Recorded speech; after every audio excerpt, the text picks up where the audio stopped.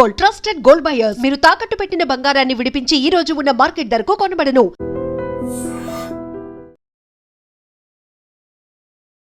నమస్తే, welcome to I dream talking point with Kavitha.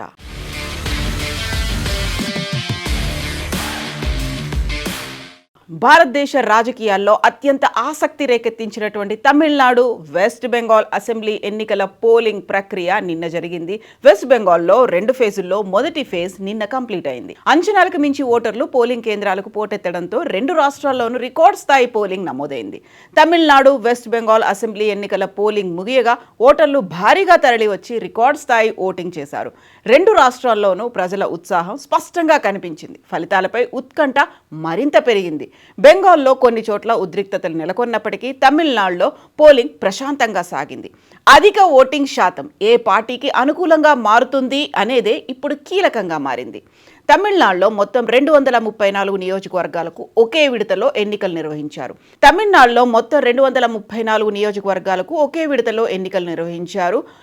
West బెంగాల్లో అయితే ఉద్రిక్తతలు కనిపించినప్పటికీ తమిళనాడులో మాత్రం పరిస్థితి ఇందుకు భిన్నంగా చాలా ప్రశాంతంగా సాగింది. మొత్తంగా 234 స్థానాల్లో ఒకేసారి పోలింగ్ జరగడంతో యంత్రాంగం కట్టుదిట్టమైన భద్రతను ఏర్పాటు చేసింది.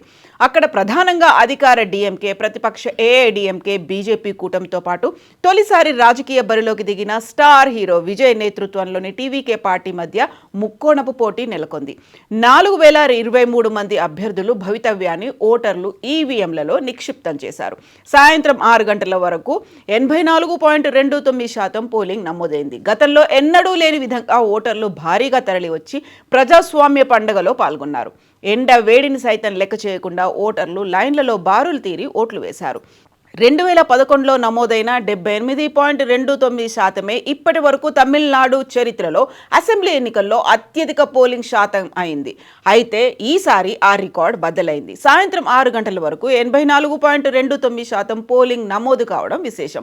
ఓటరు జాబితా ప్రత్యేక సమగ్ర సవరణ అంటే స్పెషల్ ఇంటెన్సివ్ రివిజన్ తర్వాత తమిళనాడులో ఓటర్ల సంఖ్య 6.41 కోట్ల నుంచి 5.73 కోట్లకు తగ్గింది. అయినప్పటికీ స్వాతంత్రం వచ్చినప్పటి నుంచి తమిళనాడులో అత్యధిక శాతం పోలింగ్ నమోదైనట్టుగా రికార్డు క్రియేట్ అయింది. మరోవైపు బెంగాల్ విషయానికి వస్తే మమతా బెనర్జీ నేతృత్వంలో ఉన్నటువంటి టీఎంసీ ప్రభుత్వం కేంద్రంపై తీవ్ర ఆరోపణలు చేసింది. ఎన్నికల ముందు లక్షలాది మంది ఓటర్ల పేర్లను జాబితా నుంచి తొలగించారని, ఇది ఓటర్ల హక్కులను హరించడమేనని మమతా బెనర్జీ ఎన్నికల కమిషన్ అండ్ కేంద్రంపై కూడా విరుచుకుపడ్డారు. బెంగాల్లో దాదాపుగా 3.6 కోట్ల మంది ఓటర్లు తమ ఓటు హక్కును వినియోగించుకున్నారు. అక్కడ దాదాపుగా 90% పోలింగ్ నమోదై కొత్త రికార్డు సృష్టించింది. పశ్చిమ బెంగాల్లో జరిగిన తొలి విడత పోలింగ్ ఆద్యంతం ఉత్కంఠ భరితంగా సాగింది. బెంగాల్లో తొలి విడత పోలింగ్ జోరుగా సాగింది. మొత్తం 294 స్థానాలుంటే 152 నియోజకవర్గాల్లో ఓటింగ్ ఫస్ట్ ఫేజ్లో భాగంగా జరిగింది. ఎండలు భగభగా మండుతున్నప్పటికీ ఉదయం నుంచే ఓటర్లు పోలింగ్ కేంద్రాల ముందు బారులు తీరారు. ఎన్నికల వేళ బెంగాల్ రాజకీయాల్లో కనిపించే ఘర్షణలు ఈసారి కూడా కొన్ని చోట్ల పునరావృతమయ్యాయి. అధికార తృణమూల్ కాంగ్రెస్ పార్టీ, భారతీయ జనతా పార్టీ కార్యకర్తల మధ్య పలు ప్రాంతాల్లో చెదురుమదురు ఘటనలు జరిగాయి. ఒక బీజేపీ అభ్యర్థిపై టీఎంసీ నేతలు దాడికి పాల్పడ్డారు. ముర్షిదాబాద్ పరిధిలో నాటు బాంబులు కూడా విసురుకున్నారు. కేంద్ర బలగాల భారీ భద్రత మధ్య బెంగాల్లో ఎన్నికలు జరిగాయి. బీజేపీ టీఎంసీ మధ్య గట్టి పోటీ నెలకొంది. బెంగాల్లో 2వ దశ ఎన్నికలు అంటే ఏప్రిల్ 29న జరగబోతున్నాయి. ఆ రోజు సాయంత్రం 6:30 గంటల తర్వాతే వివిధ సంస్థలు ఎగ్జిట్ పోల్స్ విడుదల చేస్తాయి.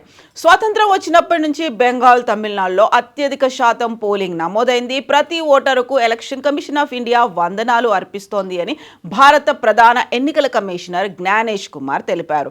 ఇప్పటిదాకా 93% ఒక చోట, 96% అనేది ఒక చోట తమిళనాడులో, అలాగే వెస్ట్ బెంగాల్లో నమోదవడంతో ఇప్పుడు అభ్యర్థుల్లో ప్రధాన పార్టీల్లో టెన్షన్ కూడా మొదలైంది. గతంలో ఎన్నడూ లేనంతగా ఇంత పోల్ పర్సెంటేజ్ నమోదవడం ఎటువైపు దారి తీస్తోంది? అక్కడ ప్రభుత్వ వ్యతిరేక ఓటు ఏదైనా ఉందా, లేకుంటే చీలిపోతుందా, యాంటీకి ఇన్కంబెన్సీ ఉందా, సరికొత్త పార్టీలకే పగ్గం కట్టే అవకాశాలు ఉన్నాయా? బోల్డ్ అంత టెన్షన్ అయితే ఉంది. బట్ ఏప్రిల్ 29 6:30 తర్వాతే ఎగ్జిట్ పోల్స్లో అది తేలే అవకాశం ఉంది. 4 రాష్ట్రాల్లో ఎన్నికలు జరిగినప్పటికీ తమిళనాడు, వెస్ట్ బెంగాల్ మీదే ఇప్పుడు అందరి ఫోకస్ ఉంది. ఈ 2 చోట్ల ఏం జరుగుతుందని మీరు భావిస్తున్నారో కామెంట్స్ రూపంలో తెలియజేయండి.